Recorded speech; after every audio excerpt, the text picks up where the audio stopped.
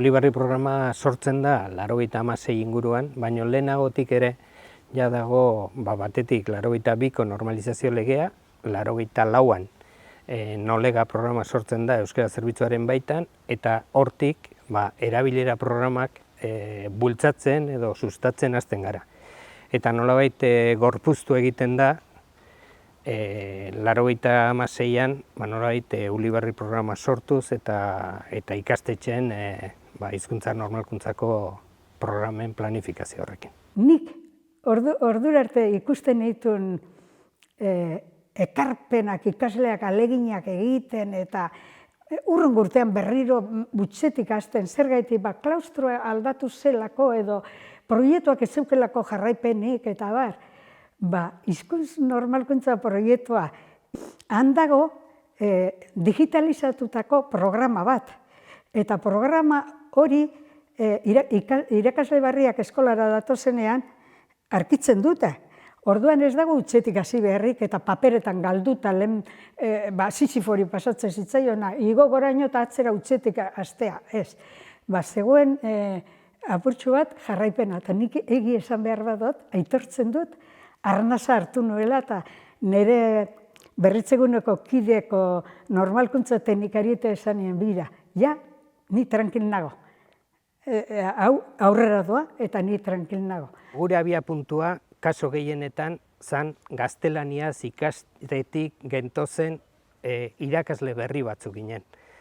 Eta nolabait gure ametsa eta gure ilusioa jarri genuen ezagututako egoera hori aldatzean. 86an, 3 hilabeteko prestakuntza saio bat izan genuen Eskoriatzako irakasle eskolan.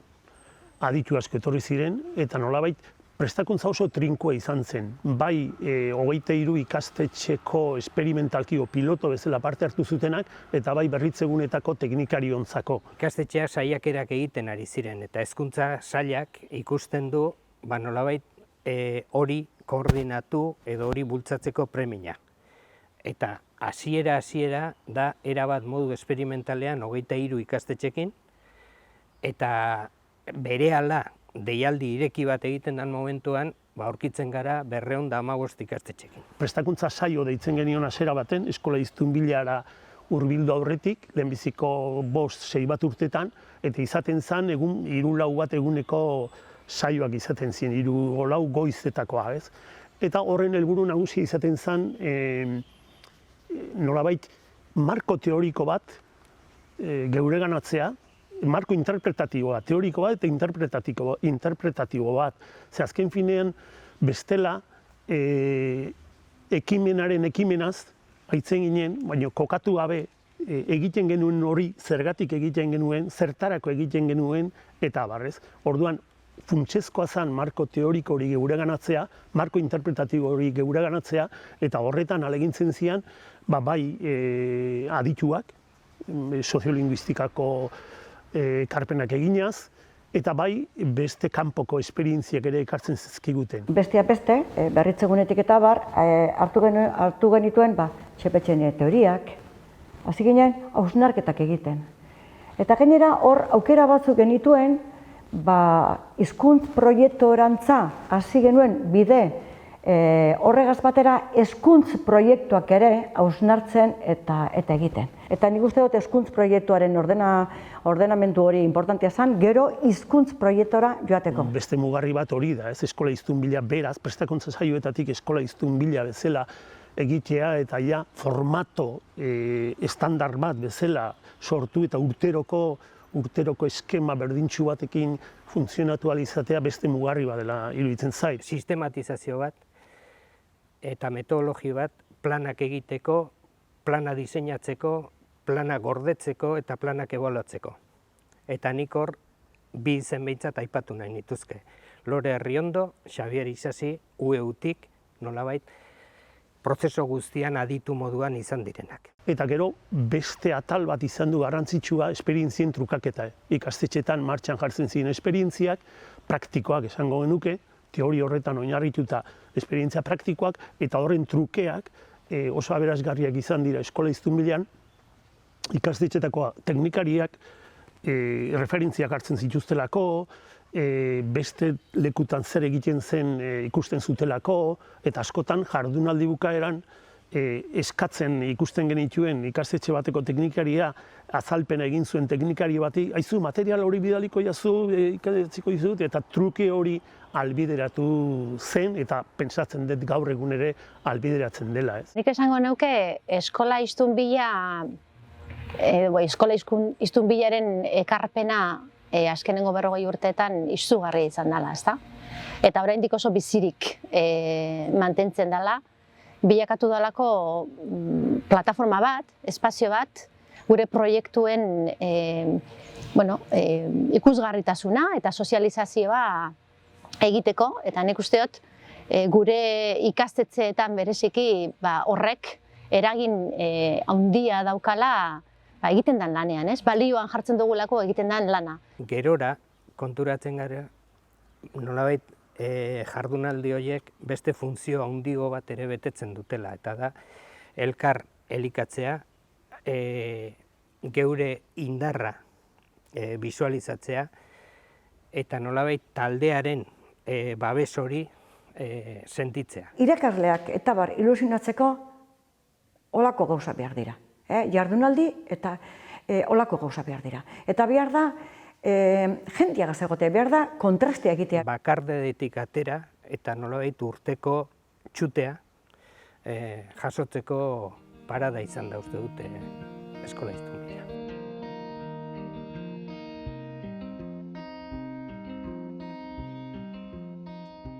Gero oraindik euskarari duintasun gehiago emoteko edo, joan ginen Gasteizko Europa areto ederra hartara. Han ikustea baliabide guztiekin, itzulpenakin, kanpoko prestakuntzak eta itzulpenakin da baliabide guztiekin bakoitza han ikastetxeko arduraduna zan importantea, beraz ekarrelako ekimen guztia berak eta besteak entzuten oharrak hartzen. Nik orduan egia esan behar badot, euki genitun gure eztabaidak eta eukiten genitun, baina lorpen handitzat auket. 2002ko jardunaldia mugarri bat zen. 2002an hementxe Barriola egoitzan, EHUko Barriola egoitzan, antolatu zen eskola iztunbila jardunaldi erraldoi bat. Eta erraldoia diot, 75 ikastetxek beraien erakusleioa jarri zutelako. Beraien maila, poster deitu genion horri, eta beste 75 ikastetxek nolabait hitzalditxo bat edo komunikazio bat aurkeztu zuten. Eta nolabait horrek nik uste dut bisualizatu arazi zigula guztioi indarra benetan gure barruan zegoela. Ez genula Kataluniara joan behar edo ez dakit nora joan behar, indarra bertan genula eta nolabait hori aprobetxatzen jakin behar genula.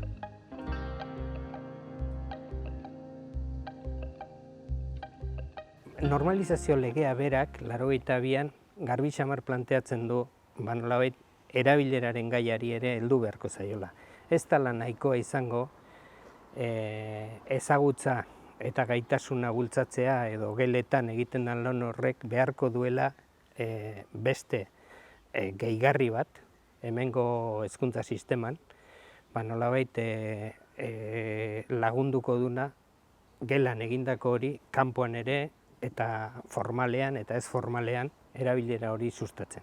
Euskarari lotutako erronkei begiratzen badiegu, oso argi daukaguna da ezagutza eta erabilera biak ala biak ezinbestekoak direla. Nik uste dut hori badagoela nolabaiteko adostasuna gai horri dagokionez. Eskolara ekarrita, nik uste dut formula berriak eta metodologia berriak bilatu behar ditugula.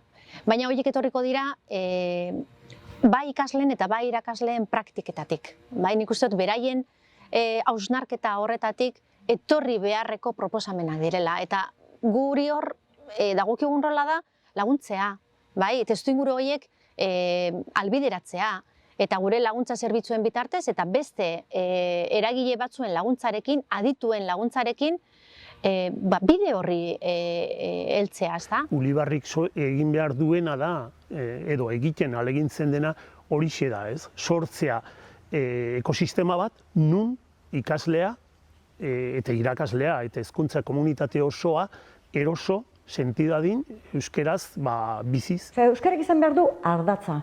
Eta ikastetxe horretan egongo dira gaztelania, ingelesa, frantsesa, alemana, bardin da zer, baina euskarak izan behar du ardatza. Eta ardatz horren inguruen dantzan ibili behar duguz beste hizkuntza guztiek. Diseinuak nire ustez balio du. Eta gainera diseinu horretan eduki berriak, jente berria sartu daitezke, eta nire ustez balio du. Esango nuke, huts egiteko beldur handi gabe, erronkak ikaragarria direla. Ikaslek beraiek euskara sentitzen baldin badute klaseko hizkuntza dela, baina klasetik kanpora ez dutela ezer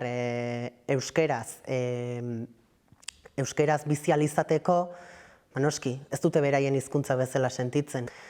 Orduan, gure erronka da, ikasleak euskarara gerturatzea. Bai, jakina, arlo akademikora behidatuta, baina baita arlo sozialera behidatuta ere. Plantatu behar dugula gizartea, lehen 10 urtean mugitzen zena, orain urtebetean edo, orain aringoa zela. Orduan, lehen balio duen programak behar bat ez du balio orain, eta aringoa zela. Gizarte aldatzen nahi da, gure hizkuntza ere bai, egokitzen jakin behar da azkenen ez da, orduan, orain 21.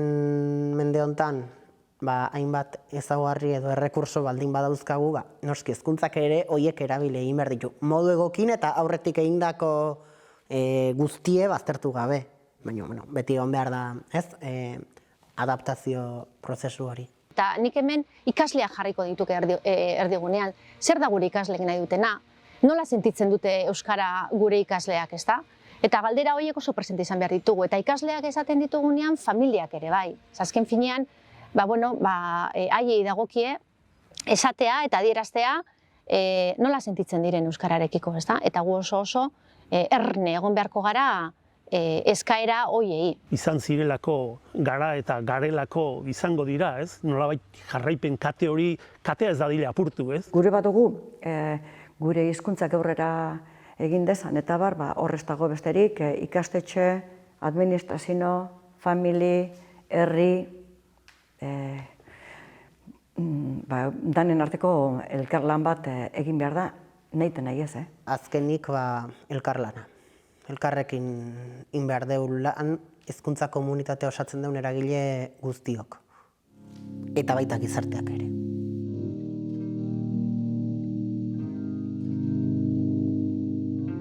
Datozenei, lehenbiziko esango nieke gaztek izango direnez, gu baino gazteoak ziur, aprobetxa dezatela hori, ez? Aukera hori. Formazio teorikoan sakontzeko, ezagutzeko esperientziak, nolabait pozez lan egitea, askoz ez erosoa eta hobea delako, erretxinduta lan egitea baino. Uste dut, lortu behar ditugula euskararekin gozatzen duten irakasleak. Lortzeko euskararekin gozatzen duten ikasleak.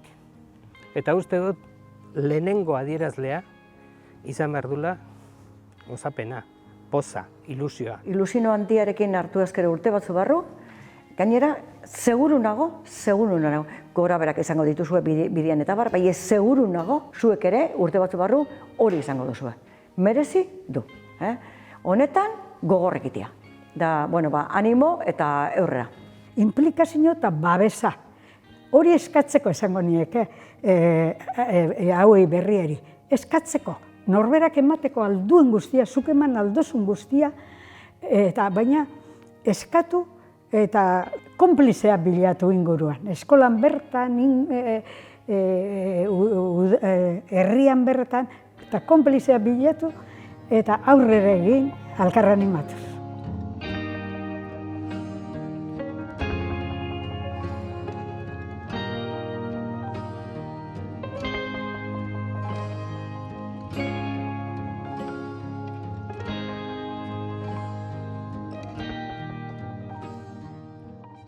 ekarriko dut gogora baita ere 2002ko jardunaldia.